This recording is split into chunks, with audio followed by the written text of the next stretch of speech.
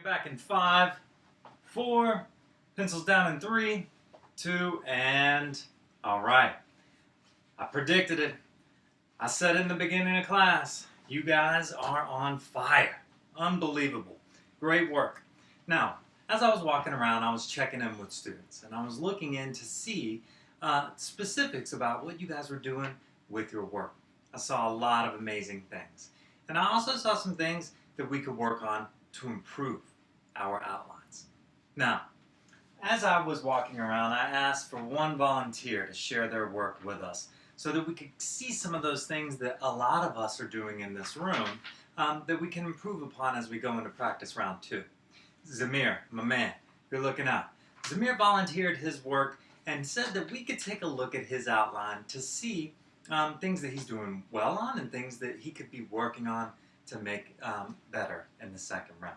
So let's take a look on the document camera at what Zamir did during practice round 1. What we can see here is that Zamir wrote in his topic into his introduction, what it means to have a good heart. That's the topic that everybody's working on, what it means to have a good heart. And you're using the Harriet Tubman book to find examples of someone who has a good heart and using those examples in your own writing. So he wrote what it means to have a good heart, and he said that it means to be caring and to be brave. So let's take a look at his topic 1. Topic 1. Good heart means being brave. He said that 1, Harriet was a conductor. His second piece of evidence was she risked her life. And his third piece of evidence was he thought slavery was wrong. All right, let's stop there and let's come back together as a class. Let's talk about it.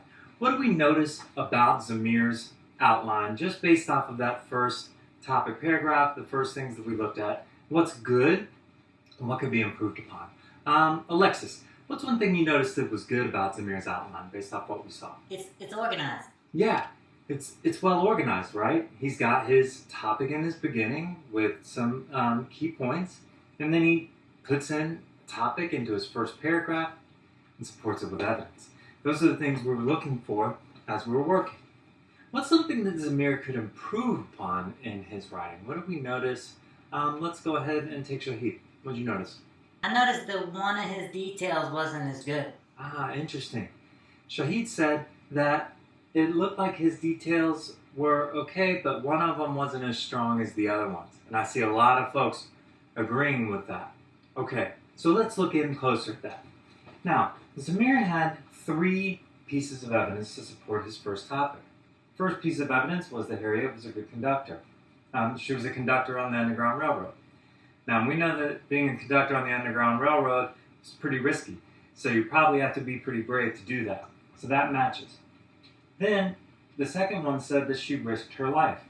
Well, I mean, if you're risking your life, you're probably being pretty brave in that moment, right? So that matches and supports the first topic, that a good heart means being brave. The third piece of evidence said that she thought slavery was wrong. Now, that's interesting. That's a little bit different. In this example, do we agree that that's support for the idea that having a good heart means being brave, or do we think it supports something else? So agree or disagree? All right, I see a lot of people disagreeing that that's not a good support, and I'm going to agree with that. I don't think that it is bad. I just think we could go for a stronger one. In this case, thinking that slavery was wrong doesn't necessarily show she was brave. So we want to find another example where we can go back, Zamir, and add in an example that really shows that bravery. So that's exactly what we're all going to do during practice round 2.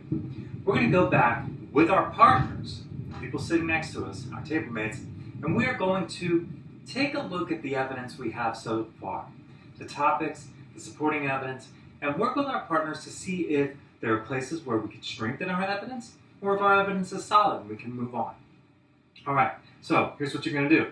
You are going to have 5 minutes of partner work and 5 minutes of independent work time afterwards.